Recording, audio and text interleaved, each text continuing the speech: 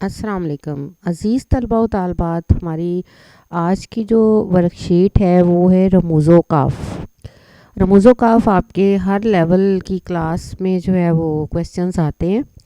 آپ 1 کلاس سے لے کر آپ جس بھی کلاس میں اردو کو پڑھیں گے تو رموز و قاف سے تو آپ کا واسطہ رہے گا. تو اس میں یہ ہے کہ استجابیہ، استفہامیہ، تفصیلیہ، رابطہ، ترچھا خط، علامت شعر، علامت تخلص اور علامت مصرع. آج کی ورک شیٹ میں ان رموز و قاف کو میں نے ان کے MCQs تیار کیے ہیں آپ لوگوں کے لیے، اور میں امید کرتی ہوں کہ اس کو آپ جب سولو کریں گے تو آپ کی تیاری بہت اچھے طریقے سے ہو جائے گی. ٹھیک ہے بیٹا. سوال نمبر 1 ہے، حضرت علی نے فرمایا. اس کے بعد ایک علامت ہے. اس جملے میں کون سی علامت استعمال ہوئی ہے؟ رابطہ، تفصیلیہ، سکتہ یا وقفہ؟ یہ آپ لوگ بتائیں گے. ترچھا خط یہ کس کی علامت ہے؟ تفصیلیہ، ترچھا خط، رابطہ اور سکتہ. اس کے بعد علامت تخلص کون سی ہے؟ ان علامتوں میں سے آپ نے پہچاننا ہے. علامت شعر کی نشاندہی کریں. پھر اسی طریقے سے حیرت کا اظہار کرنے کے لیے کون سی علامت استعمال ہوتی ہے؟ حیرت کا اظہار کرنے کے لیے کون سی علامت استعمال ہوتی ہے؟ پھر بیٹا تحریر میں ایک جملے کو دوسرے جملے یا ایک حصے کو دوسرے حصے سے علیحدہ کریں. ایسی علامتیں کیا کہلاتی ہیں؟ مطابقت، امدادی افعال، رموز و قاف یا حروف. آپ لوگوں نے غور کرنا ہے اور پھر آپ لوگوں نے کوشش کرنی ہے کہ آپ صحیح اس کے کویسچنس MCQs تیار کریں. جب آپ بیٹا یہ میرا مقصد یہ ہے کہ اگر میں اس کو سولو کر کے آپ کو دے دوں تو آپ آرام سے کر لیں گے، لیکن آپ کا جو ایک لرننگ کا پروسیس ہے، جو آپ کی کریٹیوٹی ہے وہ ختم ہو جائے گی. آپ کی ریسرچ کرنے کی صلاحیت ختم ہو جائے گی.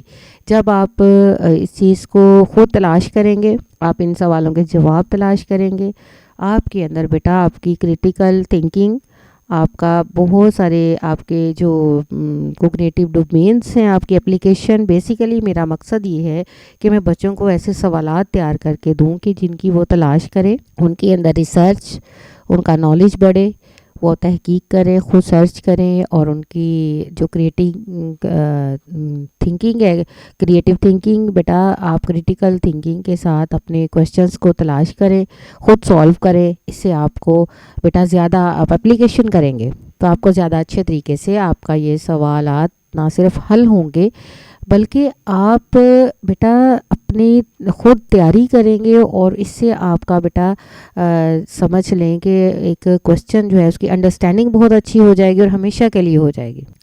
تو اس لیے میرا یہ موقف ہے اس دفعہ آپ لوگوں کو یہ سوالات دینے کا کہ آپ لوگ اس کو سولو کریں. ہاں اگر کہیں آپ کو پرابلم ہے تو آپ مجھ سے رابطہ کر سکتے ہیں، کمنٹس میں لکھیں اور مجھے بتائیں، میں آپ کو اس کا جواب دوں گی. ٹھیک ہے. رابطہ کی اگلا ہمارا کویسچن ہے، اسناد اور فارموں کے اندراجات میں متبادل اسماء و افعال کے درمیان کون سی علامت استعمال کی جاتی ہے؟ سکتہ، وقفہ، خط فاصل، رابطہ. رابطہ کی علامت کی نشاندہی کریں. یہ میں نے کچھ علامتیں دی ہیں، اس میں سے آپ نے رابطہ کی علامت کی نشاندہی کرنی ہے.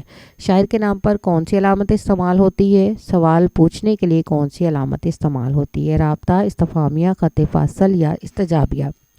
میرا مقصد آپ کو ان سوالات کی طرف لے کے جانا ہے جو آپ کے امتحانی نقطہ نظر سے آ سکتے ہیں اور آپ کی بیٹا انڈرسٹینڈنگ، نالج اور اپلیکیشن کے لیول کو پورا کریں. ٹھیک ہے. اور میں امید کرتی ہوں کہ آپ اس کو اچھے طریقے سے سولو کریں گے، سرچ کریں گے، اپنا نالج بھی بڑھائیں گے، اور اس کے ساتھ ساتھ آپ کی اپلیکیشن کی صلاحیت بھی ڈیولپ ہوگی انشاءاللہ. دعاؤں میں یاد رکھیے گا. شکریہ. اور جتنی بھی میں نے پچھلی آپ کو ورک شیٹس دی ہیں اس کو بھی سولو کریں، اور آنے والی ورک شیٹس کا بھی انتظار کریں. انشاءاللہ آپ کو پیپروں تک میں کچھ نہ کچھ فراہم کرتی رہوں گی. آپ کے امتحانی نقطہ نظر سے آنے والے تمام سوالات جو بھی میری نظر میں جس انداز میں بھی میں آپ کو تیاری اپنے بچوں کو کرواتی ہوں تو آپ سب کو بھی کرواؤں گی انشاءاللہ. اللہ حافظ. دعاؤں میں یاد رکھیے گا.